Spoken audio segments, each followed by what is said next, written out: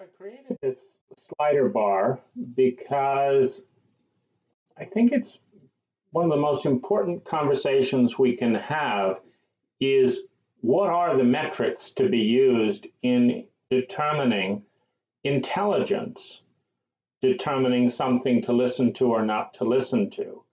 And I've done a little shortcut here because I think intelligence is an equation that equals efficiency on the one hand and energy on the other hand and well-being.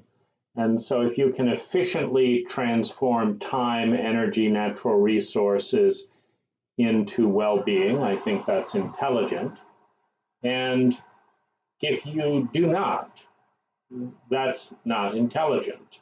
On the basis that every person given a choice that going to the left is going to create more well-being both now, in the past, and in the future, and going to the right is going to create more suffering now, and in the past, and in the future, for whichever group is in reference.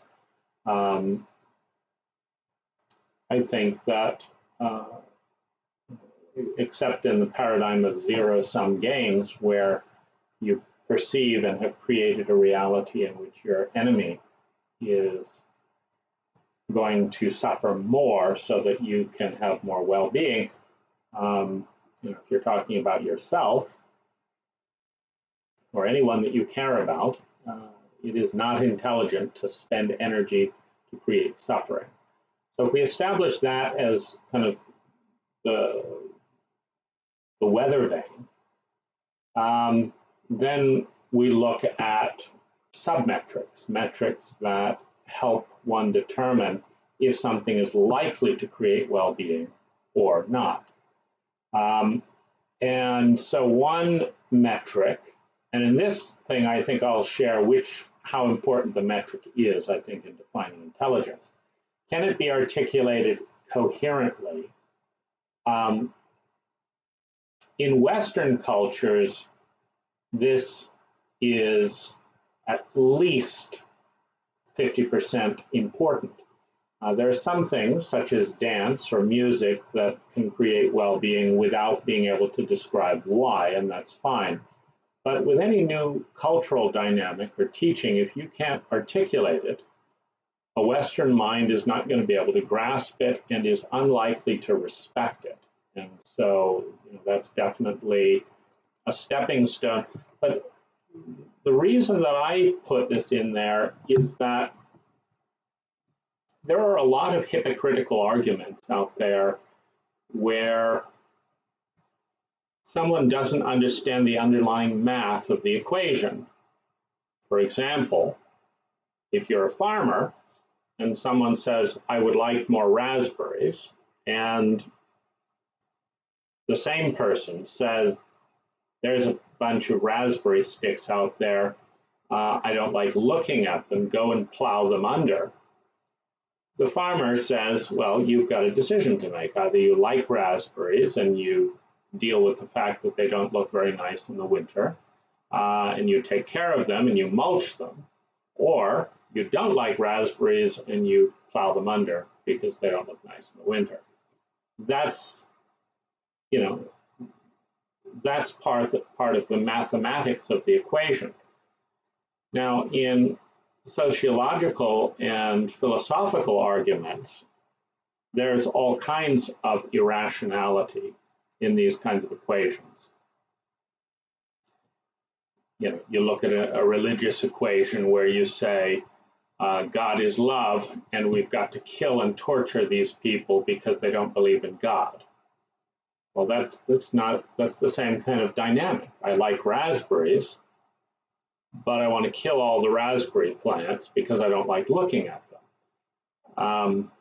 And so it's these bizarrenesses don't tend to come into focus unless you lay it out as a mathematical equation and see if you've got some symmetry, some integrity. A mathematician can tell you instantly if 2 plus 2 equals 4 or 6 or 289. And you can do it graphically. And so being able to articulate something completely and coherently is part of that process. Is it self-referential or other-referential? Now, I think this is 100% important in gauging or weighing how intelligent something is, meaning there are plenty of inarticulate people who are on to the right thing, and so it's not a full-on basis to reject something because someone has intuited something that is accurate, but they lack the technology to articulate it. They may still be onto something, even if they can't speak it, in which case it's good to play it out and try and help them to articulate it and understand them, and then see if it makes any sense. Is it self-referential or other-referential? This has several extrapolation points. So one is it an open or closed system? A closed system is 100% self-referential. So I'm a good person because I read the Bible, and the Bible says I'm a good person because I read the Bible, and good people read the Bible. And I know I'm a good person because the Bible says that good people read the Bible, and I read the Bible. So you've got a closed loop. And the issue is that there are no closed systems.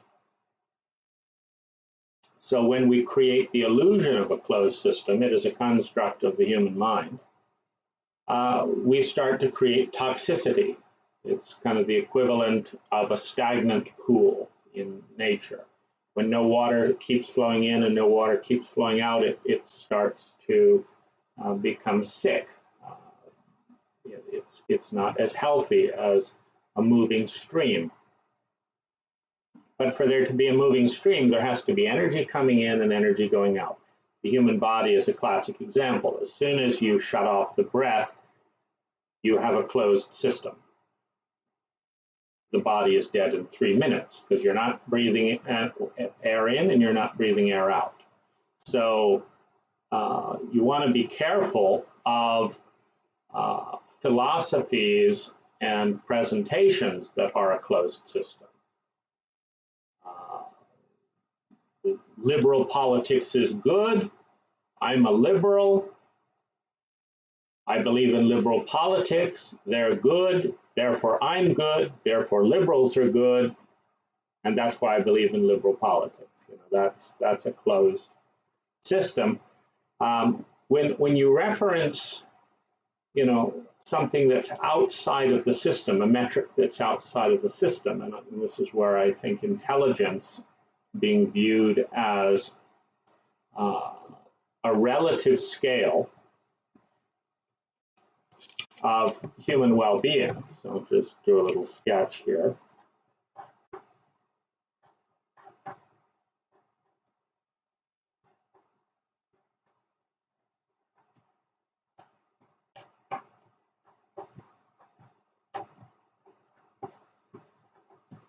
Okay. So on the top, we have 2 units of energy in one algorithm that creates 1 unit of well-being. And then below that, we have 1 unit of energy that, using a different algorithm, creates similarly an identical unit of well-being. Which one is more intelligent? The lower. Anytime, and of course, there are millions of variables and millions of algorithms, but one can gauge the intelligence of the people in question by assessing how much energy they consume to create a unit of well-being. This is a very difficult equation to bring into life because there are so many variables, but the principle is the same. If you have a car and they both go 0 to 60, they both cost $20,000, and one car gets 1 mile to the gallon and the other car gets 20 miles to the gallon, you have to be a fool, all things being equal, to pick a car that's going to take 20 gallons for 1 mile. We would not call that person intelligent. And if you can extrapolate that out, then you can gauge intelligence in very complex algorithms. But it always comes back, since we're referencing human consciousness, to human well-being. And sustainable human well-being is better than unsustainable human well-being, as any business person knows. A business that's bringing in $3 and paying out $2 is going to last a lot longer than a business that's paying out $2 for every $1 it brings in. So, so is it self-referential, or does it reference something like intelligence? Or does it reference something like a scientific model? But keep in mind that the self-referencing is always hierarchical. I think at the top of the scale of what we're able to navigate with our conscious minds, we want to reference something like human well-being. Anytime you create a dogma that becomes more important than the lives of the people who created the dogma, it's a very interesting dynamic, and it ties into a truth that often comes into play. That which is created destroys its creator. We can see that with human beings. The earth created human beings. Human beings are now destroying the earth. We create thoughts. Many of our thoughts are destroying us. But the more something references multiple things outside of the set of the object in question, generally the stronger the proposition is. Does the position move things closer to balance in the context in which it is suggested? So I think this is, 100% relevant to well-being. So here's an example. A policeman walks into a bar. 3 men are groping an underage girl. She looks terrified, and the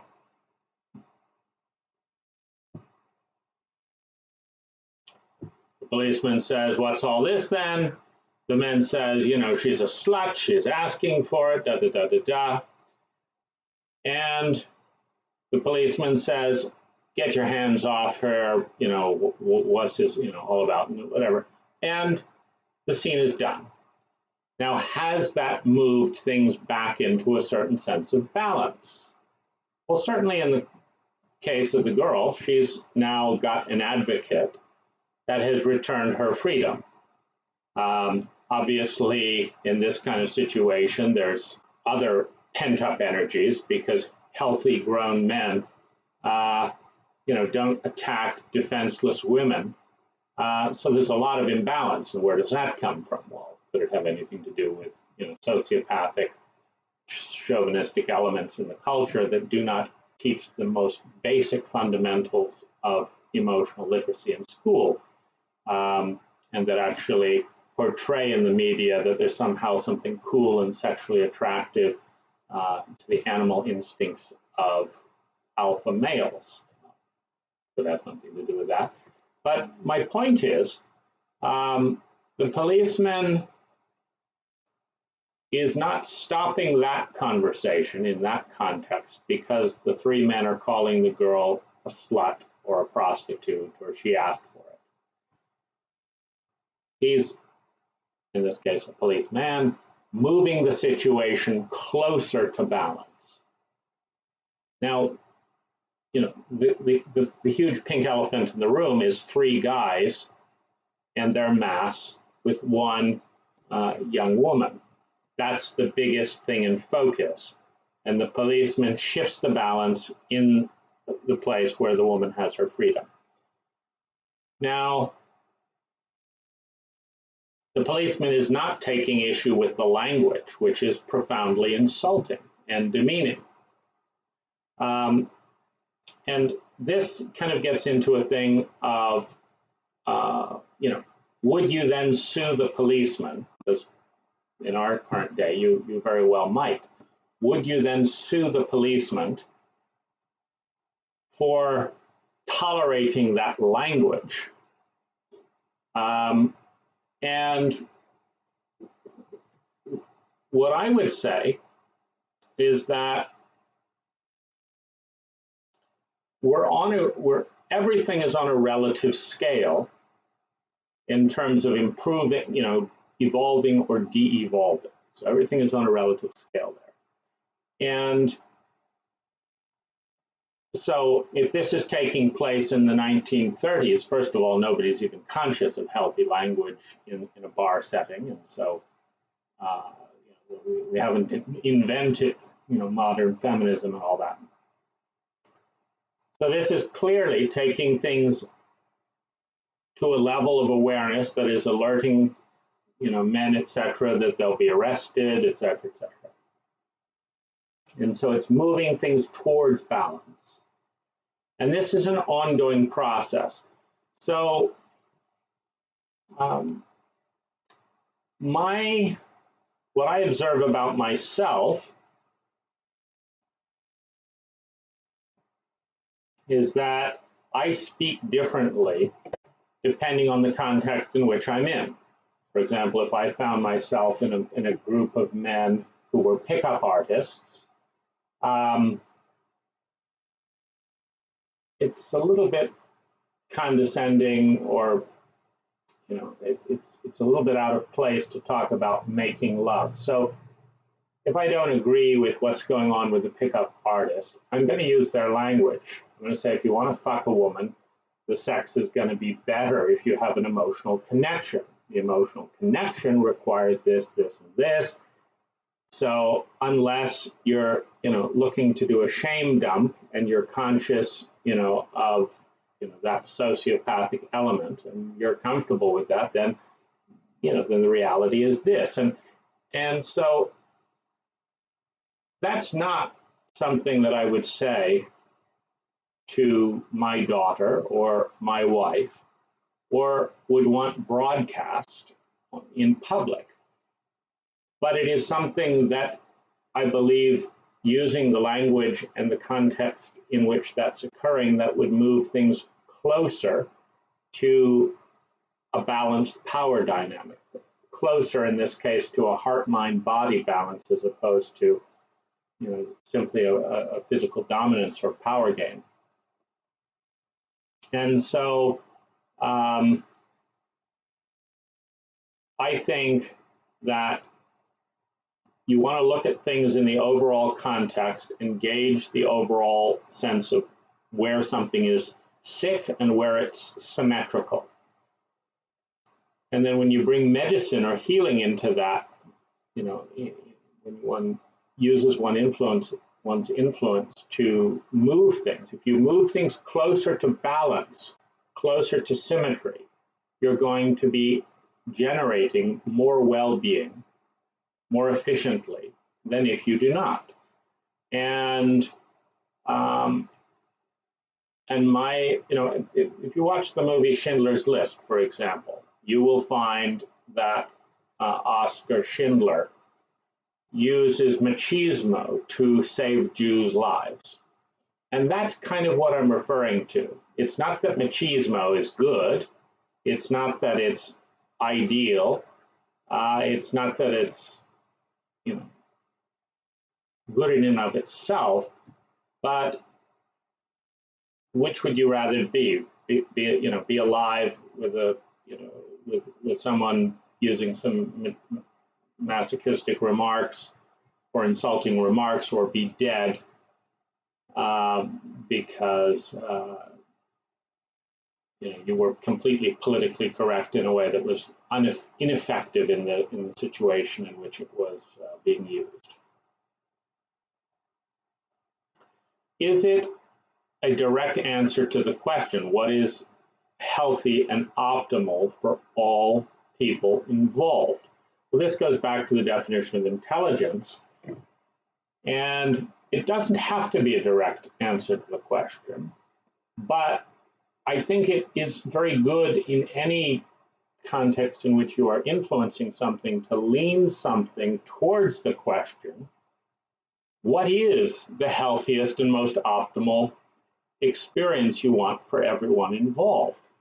And this is not very complicated, meaning just about everyone wants to feel powerful, just about everyone wants to eat good food, just about anyone wants to lower their debts, just about anyone wants to have their body within a life-saving temperature. I don't think there's anyone that would say they prefer to be 40 degrees below zero rather than 62 degrees. So we have a sense, and all you have to do is ask, what would be optimal right now? What kind of future would you like to be experiencing? And I want my family safe. I want to have great sex. I want to be respected. I want to feel like who I am is valued. Maslow has identified a hierarchy of human needs. So if that's clear, then you just look at, does this create that? Now, the reason that this is an important metric is that there are a lot of dogmas, let's say the dogma of capitalism, where, let's say a factory is going to be bought by the highest bidder and all the workmen will be laid off in a short-term hit that will make one person $20 million and everyone else is going to lose their job. Well, when you get into the dogma of capitalism, then corporate rating is good because it's the free market, and because the dogma says that capitalism always creates well-being. Money is good, and capitalism is the best way to make money. And the best way for people to make money in this situation is to buy up the company and destroy it, and then sell off its assets. So that's what we're going to do, and it's not legally required that we give anyone severance, and it's not legally required that we keep anyone on, and it's not legally required that we figure out a good timing for the community. No. We're just going to come in, fuck all you, and off we go with our 200 million. And people protest, right? They say, well, what about our job? And we've worked here for 20 years, and there's still a lot of, stuff in this mill that could have been made, and there's still a market for this. And so it says, yeah, well, there's a little bit more market selling the stock off at this price and this, and we have to protect the right of someone to make these $200 million gains because that's what we need to have a free market economy, and we need to have a free market economy so that all of your well-being can be facilitated because money is good. And you just look at it and it's like, well, are these 1,000 people going to be better off or are they not? Then you can examine, okay, so capitalism is sometimes good for all involved. At other times, it's only good for one person. At other times, it's good for the top 5%. And other people, at times, it's absolutely horrible. And so if you have a sense of what the goal is in terms of human well-being, you can analyze your strategy. Capitalism is a strategy based on a belief that money is good and that this is the most effective and efficient way of moving money around. Now I'd say that's 50% accurate. So at least 50% of the time, capitalism is facilitating well-being, and it's doing so more efficiently than dictatorships, for example. So, but if you instead say, no, our job is to protect the lives of these workers. And so, Mr. Millionaire, you can't buy our factory. I know it's on the open market, but we're going to take it off the open market. You can't do this. Now, there are ripple effects to that because capital will be more shy when it is constrained. But if you do it in another way, for example, let's say you've got the same market forces and a corporate raider wants to buy your plant, lay off all the workers and shut it down.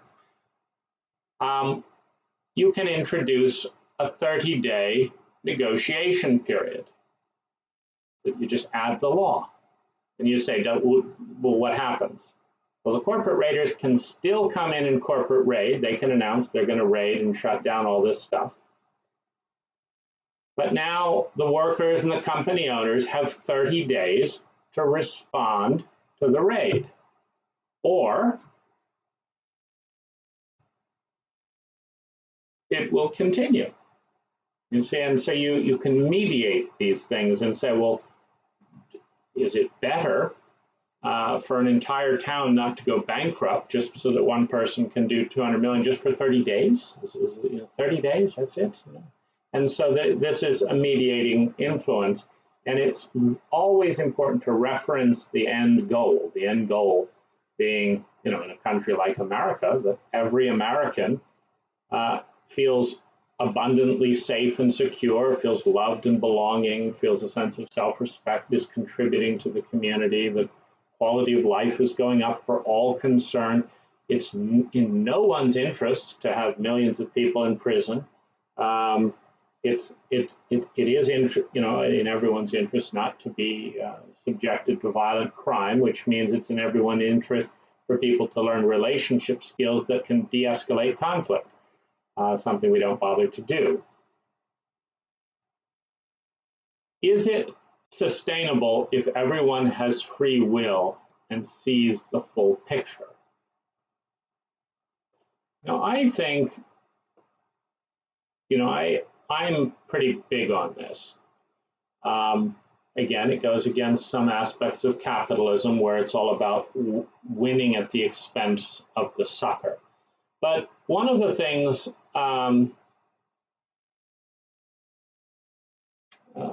that this leads to is there are many situations in life and in culture in which,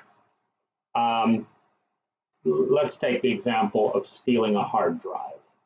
So you left your window down in the car, and you've got a $100 hard drive. And you've got a $100 hard drive with 3 years of your life's work on it. And I can make $50 at a pawn shop on your $100 hard drive in about 20 minutes. And so, this is a terribly inefficient, it's a very asymmetrical equation because, I make $20 an hour anyway, and so I'm really only getting, I'm getting an extra $30 basically in net profit, plus risk, which should bring it down to about $15 because I might go to jail.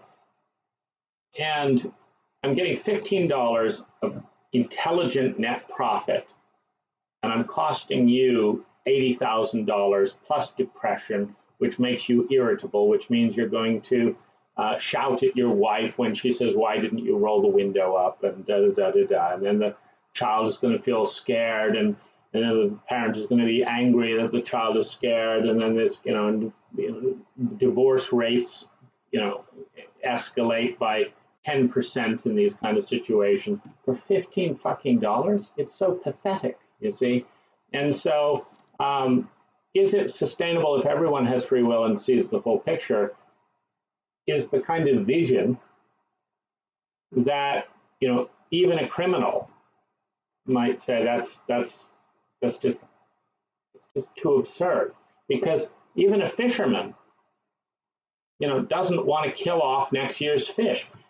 If in order to commit a $15 net profit crime, you deplete your market to the tune of $150,000, so that your market, your fish reserve, is constantly getting smaller, who are you going to steal from? Who are your children going to steal from when you teach them how to thieve?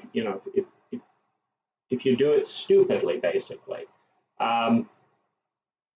And so that's one aspect of that question. Does it have measurable cost benefit that is spelled out? Does it have a measurable cost benefit that is spelled out? I don't think anyone should be advocating for a position that they cannot spell out the benefit and the cost and why the benefit is worth the cost. I guess that's where that comes in. Would the person making an argument volunteer to occupy all sides of the position they are recommending? I think that this has 25% weight. And what I mean by this is if you're in an argument with someone and they're saying this is great for everyone and you feel it's terrible for everyone, one way to get a little bit of honesty into that dynamic is to ask, okay, I'd like to do the opposite bet. So you're saying I should pay you this amount, this, da, da, da, da, da. Okay. I would like to rent you a place in similar condition, etc., for this amount. Will you pay me?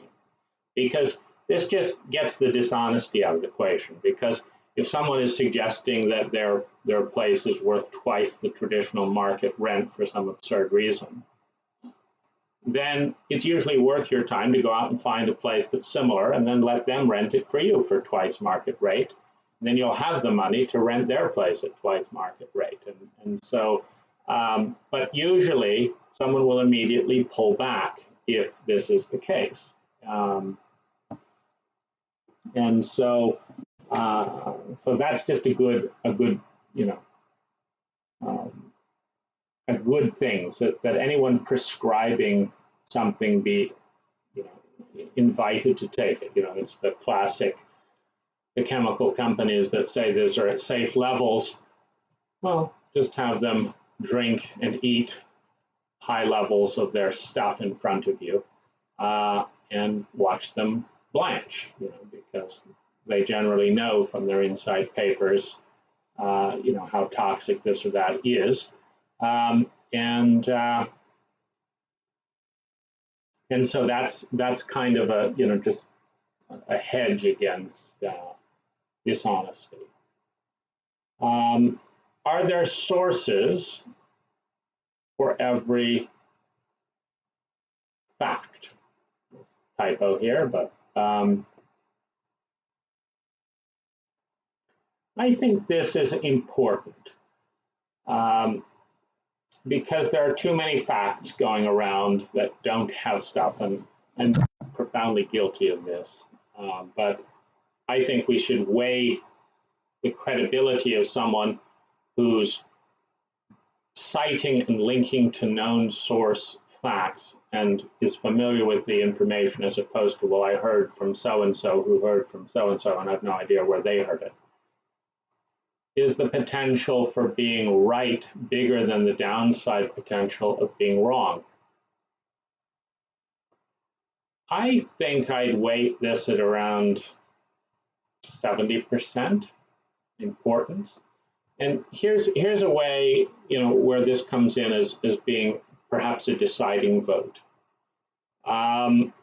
You have someone come to you and say, I think I can grow vegetables in the winter using this new technique I've just designed.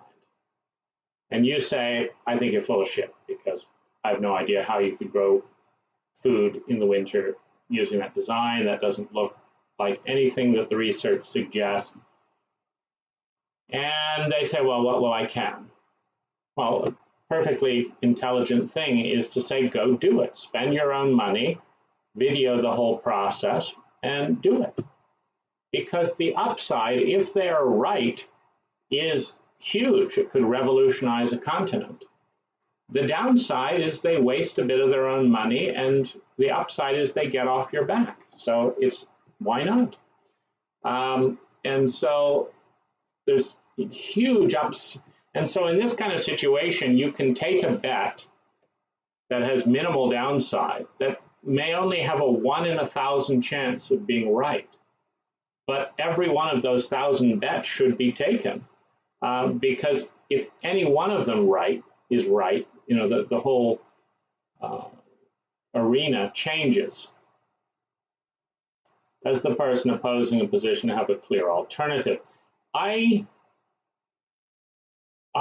think, depending on the situation, this is between 25 and 50% important. I'm making a documentary on homelessness right now, and I'm meeting a lot of pushback around an app that I'm designing. And so it's like, okay, you don't like my app, so what's your solution? Show me anything that helps me see that you are going to do it better, that you even have a plan that even has the vaguest chance of success. So what's your alternative?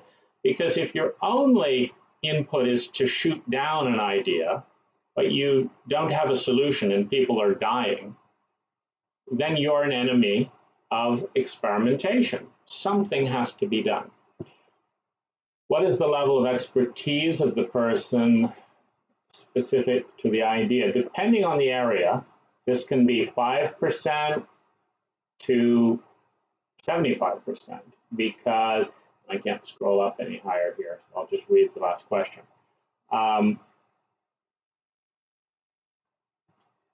But you know, in the more technical the area, someone who's never built a silicon chip in their entire life spouting off about how to do silicon chips who hasn't even done research, not really worth listening to. But you know, Einstein was a patent clerk and came up with a theory of relativity, stuff that, you know, is sometimes an innocent eye can see something that's quite unique, because they're not weighted by the predominant dogma.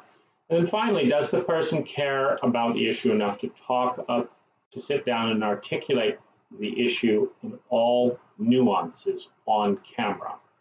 Now, what I'm specifically addressing here is the exact opposite, which is our apparent absurd definition of television, where basically it's, let's see how much adrenaline we can generate without going into the intelligent details of the picture in about 20 minutes. And let's get the two people who argue the most about it, who see the exact opposite, and let's have no resolution, and just call each other names or bring up, you know, about 1/3 of the points, and no one gets the full picture. And it's position-based. So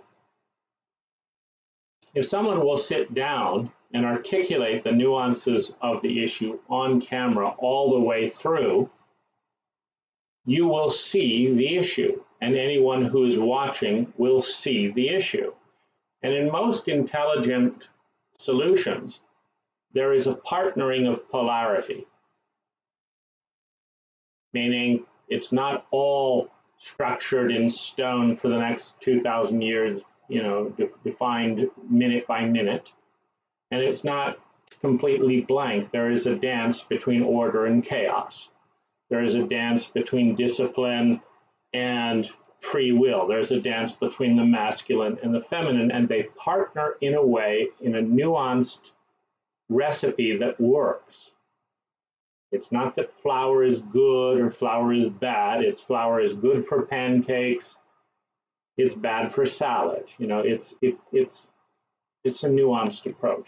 And so an expert can, who really wants to solve the issue, who's intelligent, going back to the very top thing, which is it intelligent, which is, it's an efficient path to well-being, will explain why they think this approach in this instance, at this time, in this dosage, will have this effect, which creates more well-being than not, and more well-being than any other plan on the agenda. So this is the metric within which I want to debate or discuss any subject. And so it is the framework within which I will debate and discuss any subject with anyone who's trying to create well-being for as many people as possible.